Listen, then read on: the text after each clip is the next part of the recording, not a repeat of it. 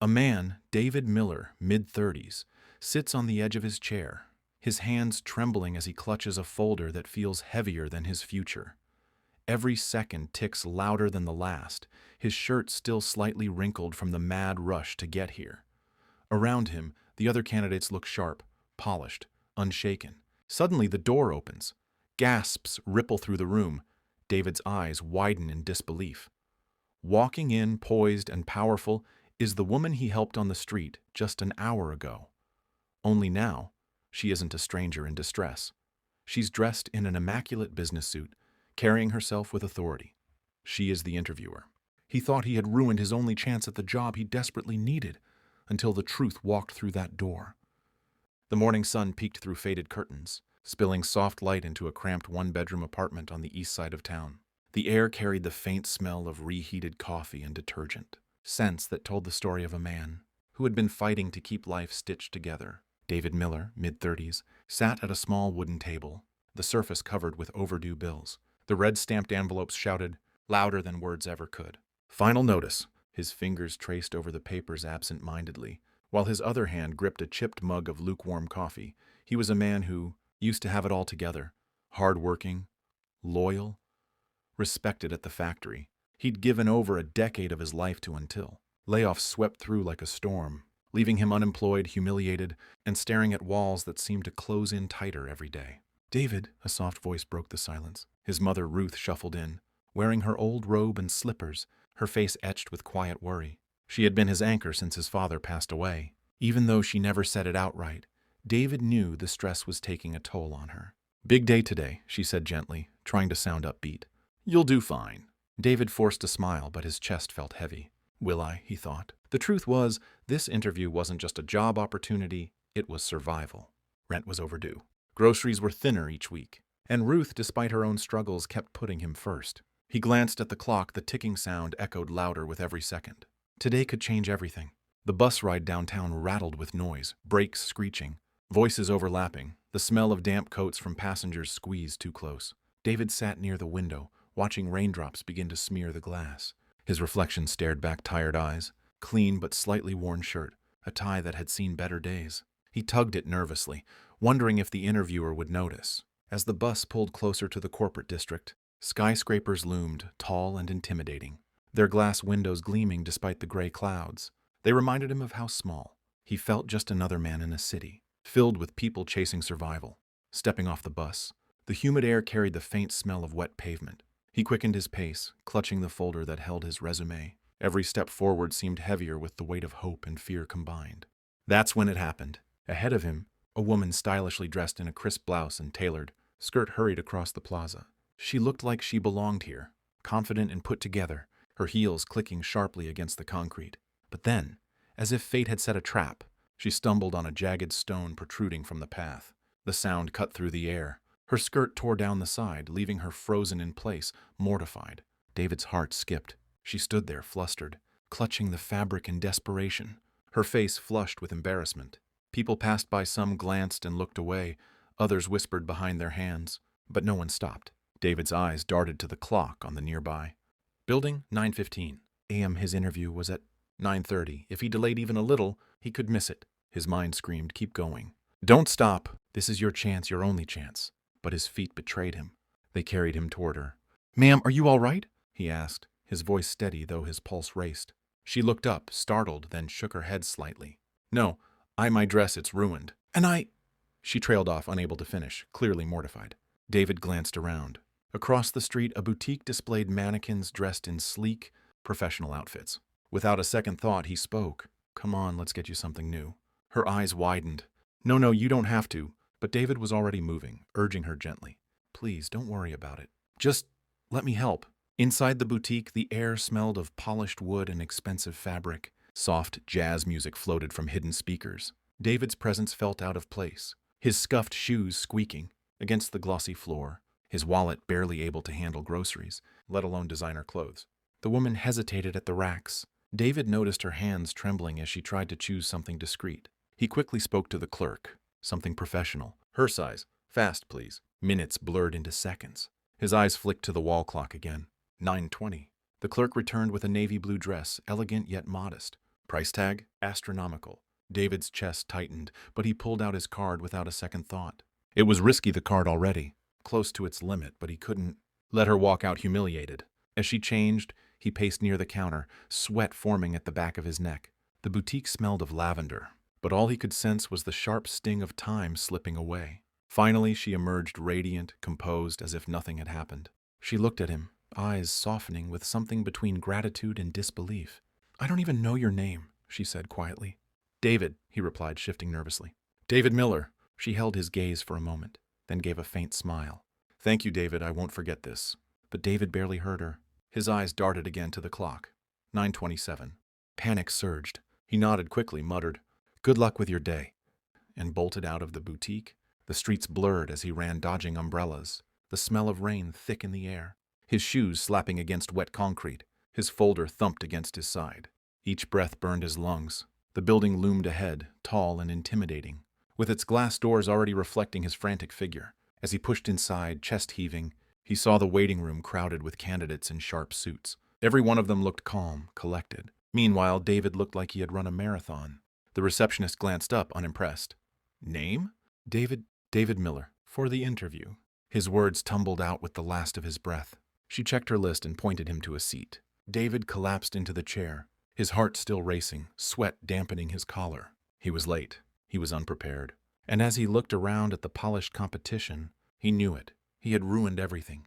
But what he didn't know was that the very woman he had helped, the stranger in the torn dress, was about to walk through those doors. And when she did, his life would never be the same. David shifted uneasily in the waiting chair, trying to slow his breathing. The sterile chill of the office lobby clung to him, a stark contrast to the humid rush outside. The overhead lights buzzed faintly, illuminating polished marble floors and spotless glass walls that seemed to whisper professionalism, a world he felt one step removed from. He smoothed down his shirt, hoping no one noticed the faint wrinkle near his collar or the bead of sweat sliding down his temple.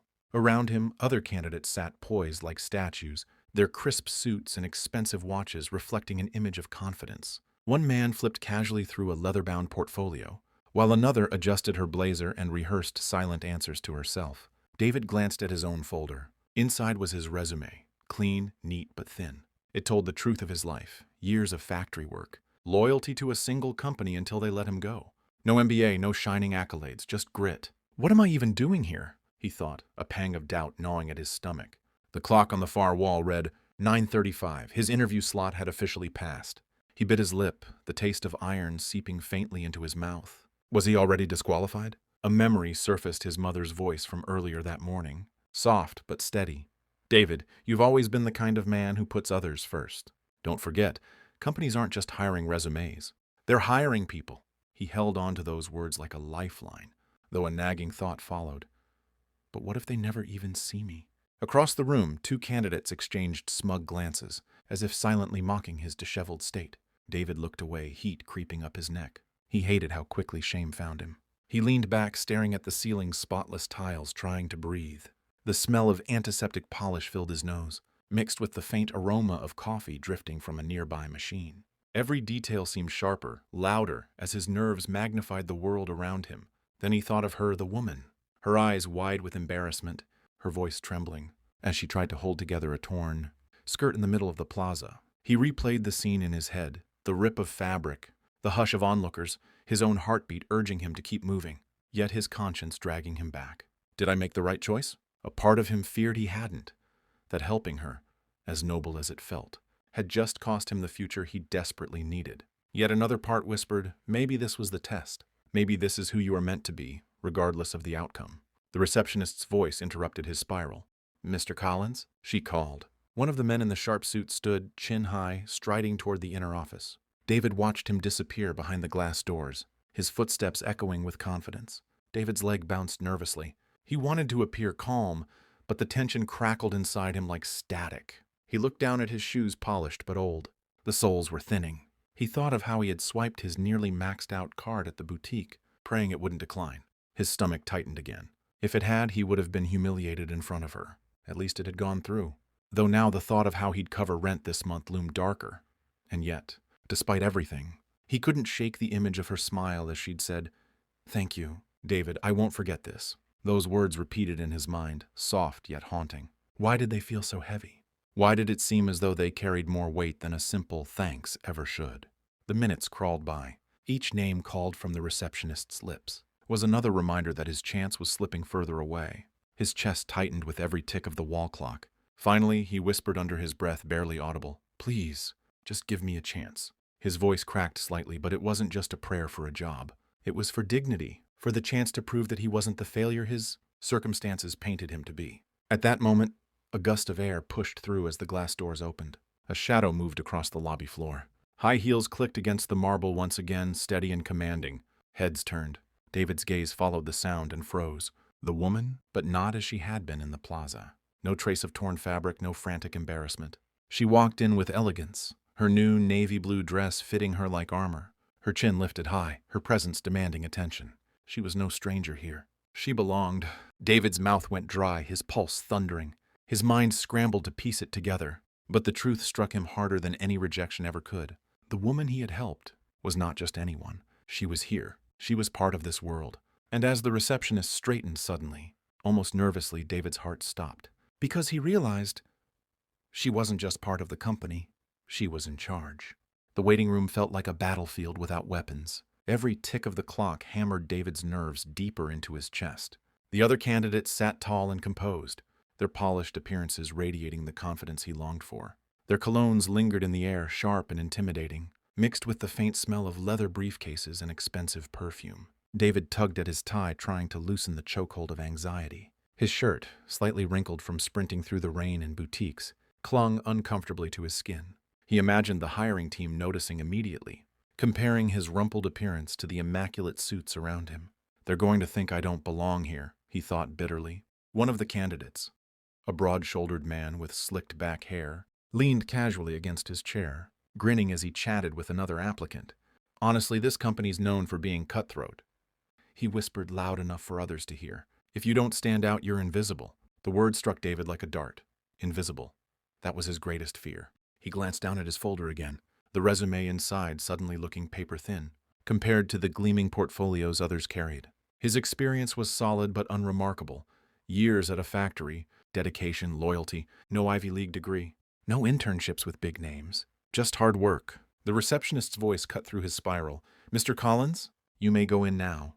The slick-haired candidate stood, his grin widening. He straightened his suit, smoothed his tie, and strode toward the door with a confidence that screamed, "I belong here." As the glass door closed behind him, a heavy silence settled in the room. David could almost hear his own heartbeat, loud and uneven.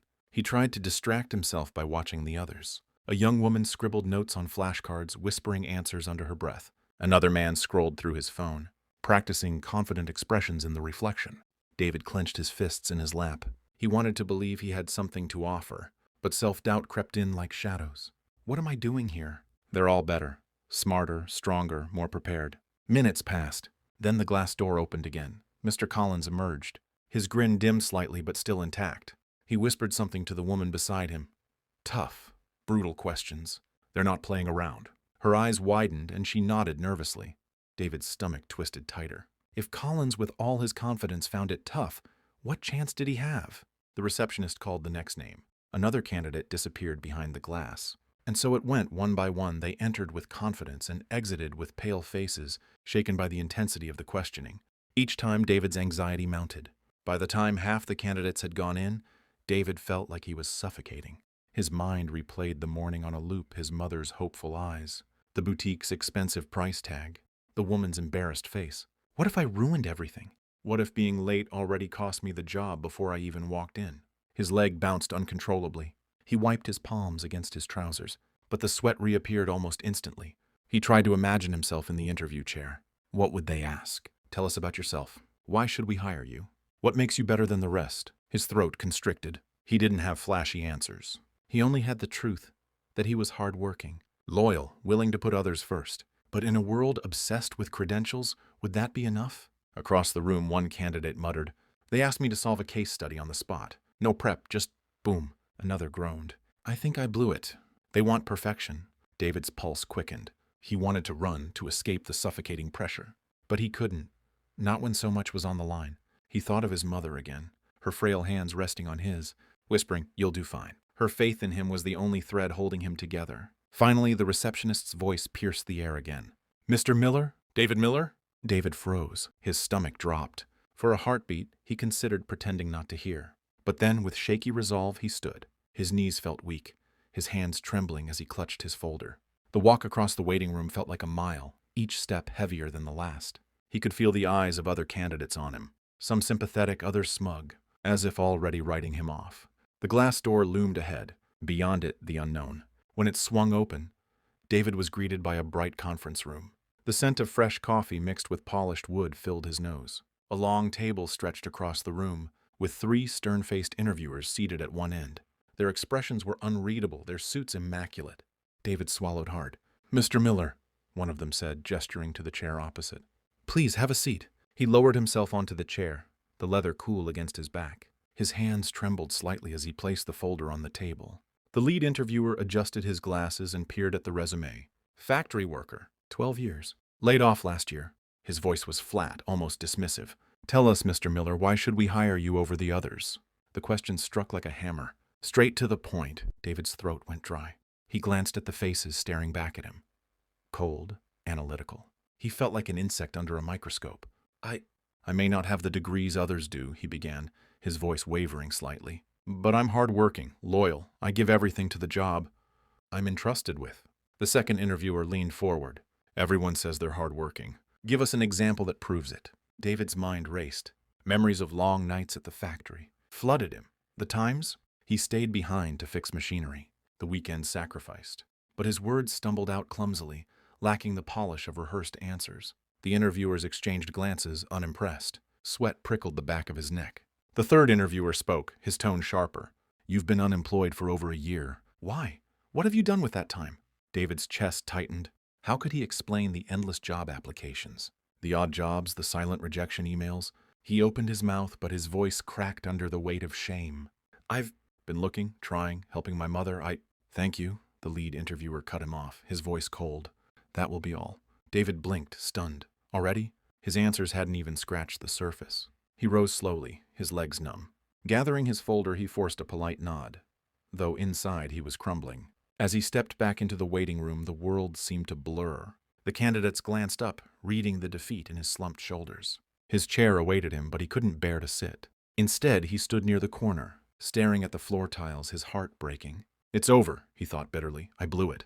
But what he didn't know was that the real interview hadn't even begun, because the woman he had helped that morning, the stranger whose torn dress had cost him precious minutes, was about to enter the room.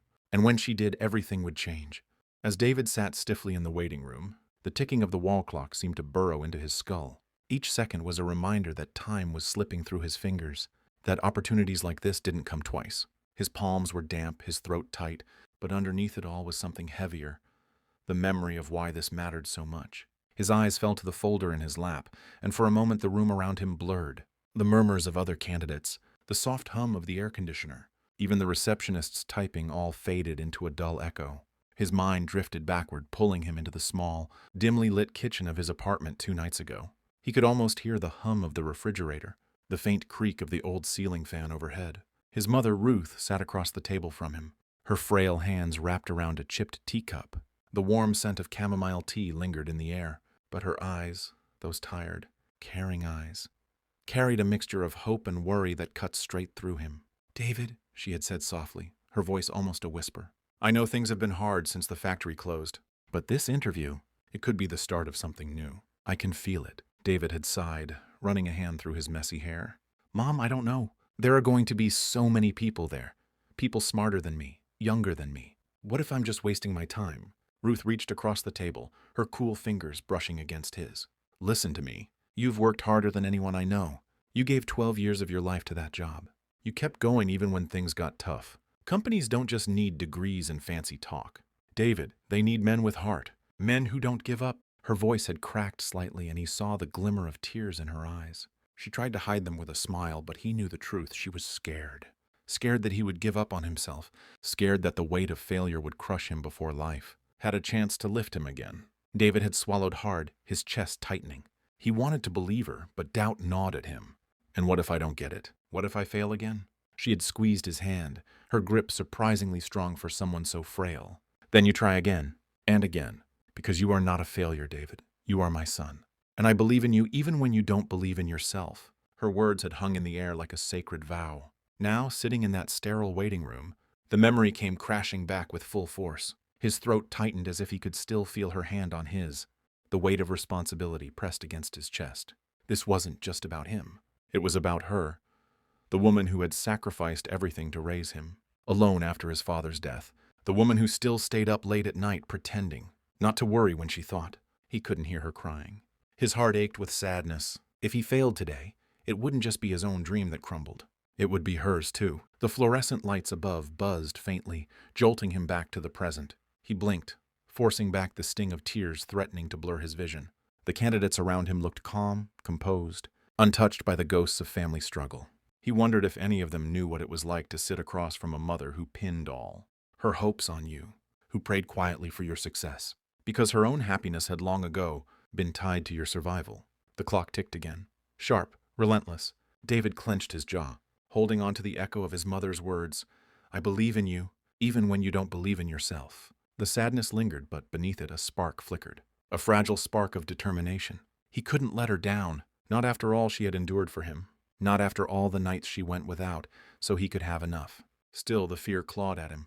What if I already did? What if being late, helping that woman, ruined everything before it even began? He looked toward the glass doors leading into the interview room, his chest tightening with uncertainty. Somewhere deep inside, he prayed that life would give him one chance to prove his mother right. Just one. David shifted uneasily in his chair. The leather creaked beneath him as the man next to him, tall, polished, perfectly groomed, leaned back with the kind of smug confidence David wished he could borrow, even for a minute. The candidates around him radiated self-assurance. Their suits looked freshly pressed, their hair styled to perfection, their portfolios gleaming with carefully arranged resumes. They whispered to one another, comparing credentials and accomplishments, as though they already belonged in the executive circle. David glanced down at his own folder. The edges were slightly bent from the rush earlier, the papers inside neatly typed but unimpressive compared to the others' glossy, bound presentations. His shirt, wrinkled from sprinting to the boutique and back, stuck slightly to his damp skin. And then it hit him, like a sharp stone in the gut. What if that was it? What if by stopping to help her I threw away my only chance? The thought dug deeper with every tick of the clock. He saw the woman's face again, startled, embarrassed, struggling with her torn dress. He remembered his instinct to act, the urgency to help her, not even thinking twice before running into the boutique. He remembered pulling cash from his wallet, handing it over without hesitation. And then he remembered the price, the precious minutes lost. The reason he had walked into this waiting room later than the rest, sweaty, flustered, unprepared. He rubbed his forehead, his chest tightening with a frustration so raw it almost tasted bitter. Why did life have to be this way? Why did doing the right thing always seem to come at the wrong time? He had acted with kindness, pure, genuine kindness, and now sitting here, it felt like life was punishing him for it. He clenched his jaw, his mind racing. It's not fair. People cheat, lie, step on others to climb ahead. And they're the ones who succeed. But me? I stopped to help someone and this is my reward? Losing everything? Anger bubbled up inside him, and for a moment he wanted to storm out. What was the point? Maybe this was proof that good people just weren't meant to win. But then another thought slipped in, quieter, gentler. His mother's voice. Companies don't just need degrees and fancy talk.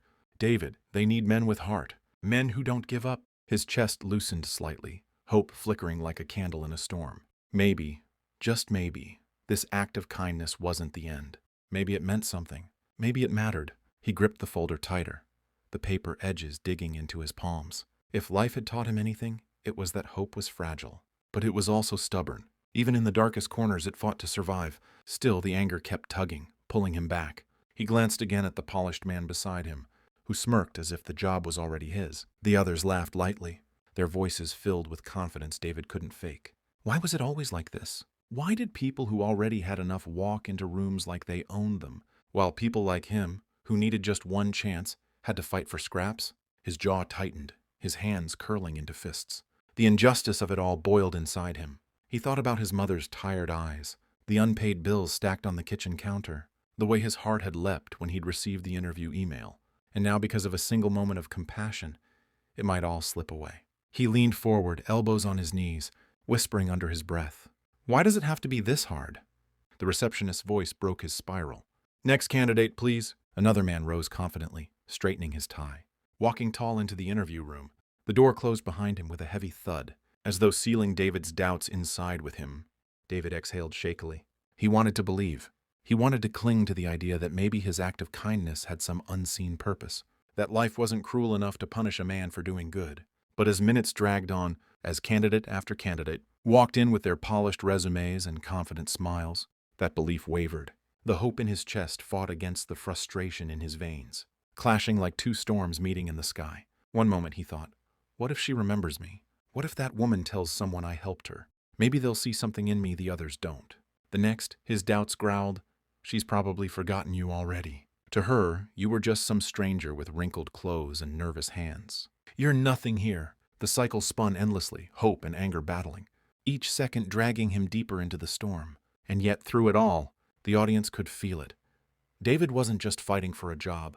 He was fighting for his dignity, his belief that kindness still mattered in a world that often seemed to reward the ruthless. He closed his eyes for a brief moment, inhaling slowly, exhaling through his nose. He whispered silently to himself like a mantra, "Don't give up. Don't give up." But as the interview door opened again and another smiling candidate walked out, David's heart sank. Because deep down, a part of him feared that no matter how hard he fought, life had already decided the outcome. And that fear, that crushing sense of unfairness, left him hanging between hope and anger, teetering on the edge of despair.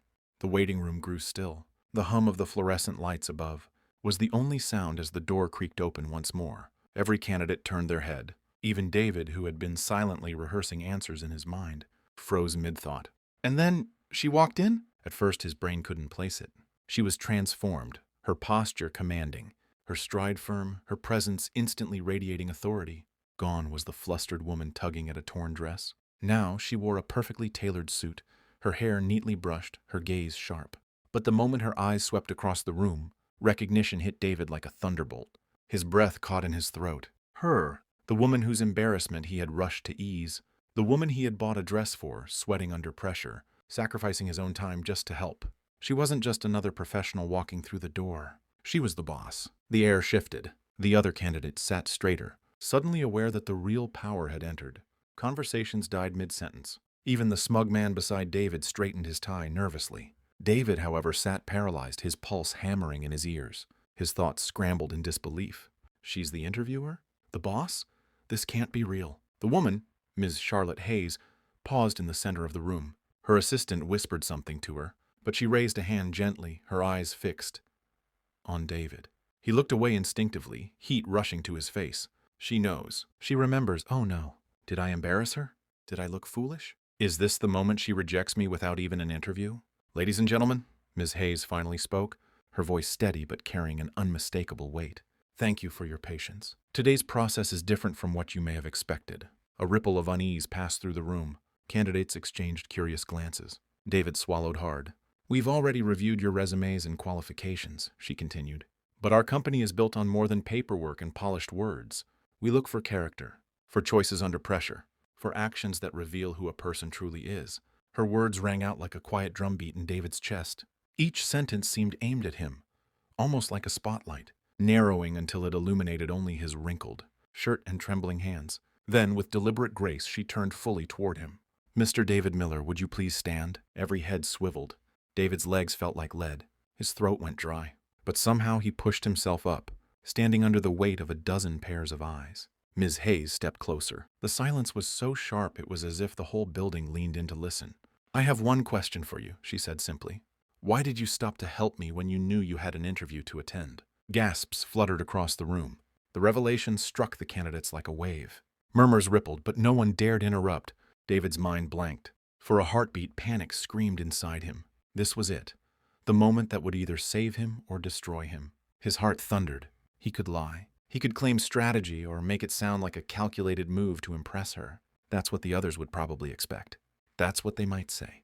But then he remembered his mother's voice again, soft but steady in his memory. Always choose truth, David, always. So he looked straight into Ms. Hayes' eyes, his voice trembling at first, then growing firm. Because sometimes people matter more than opportunities. If I can't show kindness to a stranger in need, then no job, no matter how important, is worth it. The words hung in the air, naked and vulnerable. His chest ached as if he had just given away the last piece of himself. For a long moment, silence reigned. Ms. Hayes's expression was unreadable. The other candidates shifted uncomfortably, their polished confidence cracking under the weight of something raw and genuine. And then, slowly, she smiled. It wasn't the polite professional smile of an executive.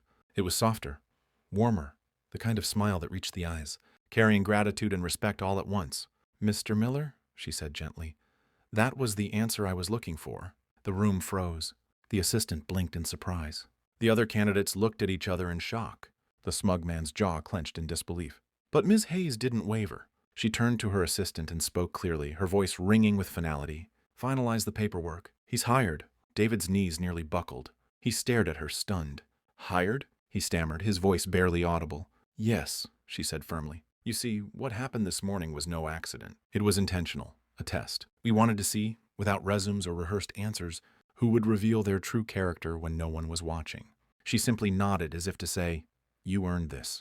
You, Mr. Miller, passed that test." David's chest tightened with emotion. Relief, disbelief, gratitude all colliding at once until his eyes stung. The assistant stepped forward, nodding, already pulling out forms. "Congratulations, Mr. Miller." Gasps and whispers rippled again, this time with tones of envy, awe, even respect. Some candidates slumped back in their chairs, deflated. Others stared at him like he had cracked an impossible code. But David barely heard them. His heart pounded too loud. His gaze locked on Ms. Hayes, silently mouthing a thank you he couldn't fully speak. The room, once alive with murmurs and rustling papers, was now silent. The other candidates had trickled out, their polished resumes tucked back into briefcases, their hopes temporarily shelved. The fluorescent lights above hummed faintly, but to David, the silence felt almost sacred, like the pause after a storm. He stood there, his heart still rattling in his chest as Ms. Hayes approached. For the first time since the morning, he felt completely exposed, as if every flaw, every wrinkle on his shirt, every stumble of his life's journey was laid bare. Why me?" he asked, his voice raw. It wasn't the question of a man seeking validation, but of someone genuinely bewildered by grace. Why set it up that way? Ms. Hayes's expression softened. In her eyes, there wasn't the cold distance of an employer evaluating a candidate. There was something deeper, almost maternal, something human.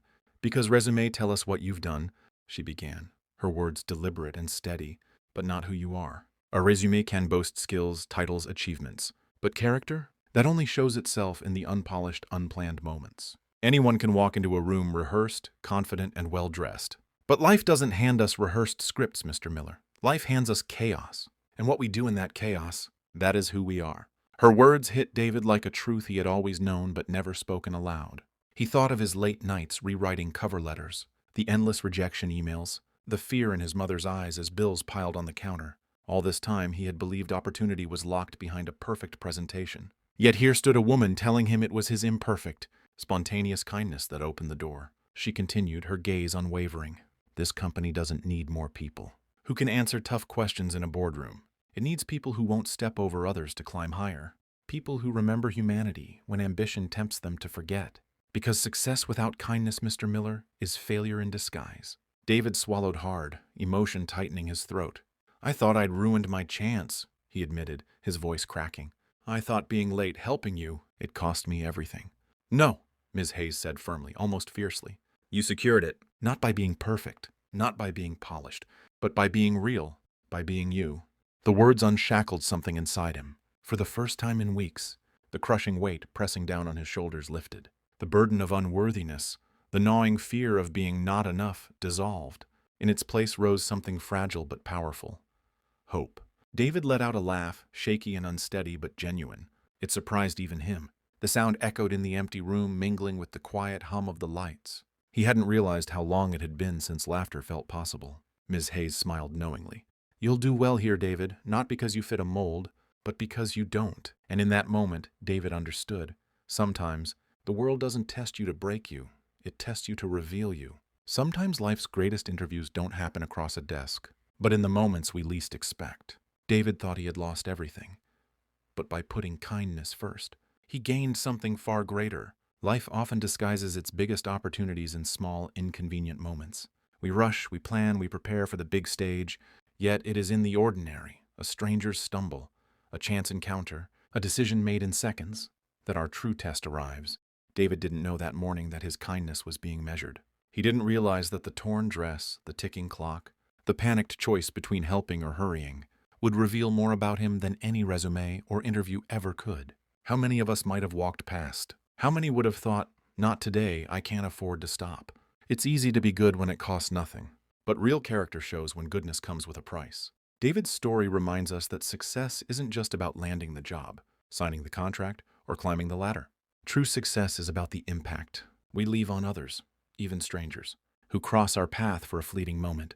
Because sometimes the reward isn't immediate. Sometimes it doesn't even look like a reward at all.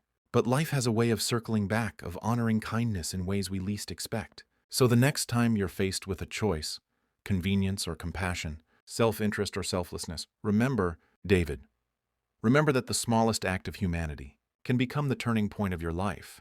Because in the end, resumes fade, titles change, and opportunities come and go. But kindness leaves a mark that time can't erase. And maybe, just maybe, that's life's greatest interview question. Who are you when no one is watching? What about you? If you were in David's shoes that morning, late for an interview that could change your entire future, would you have stopped to help a stranger in need? Or would the pressure of survival, the weight of bills and responsibilities push you to keep walking? It's a hard question, and that's why I want to hear your answer. Share your honest thoughts in the comments below. There's no right or wrong, just real stories, real choices, and real lessons we can all learn from one another. And if this story moved you, inspired you, or even made you think twice about what really matters in life, then hit that like button and subscribe for NUP Stories.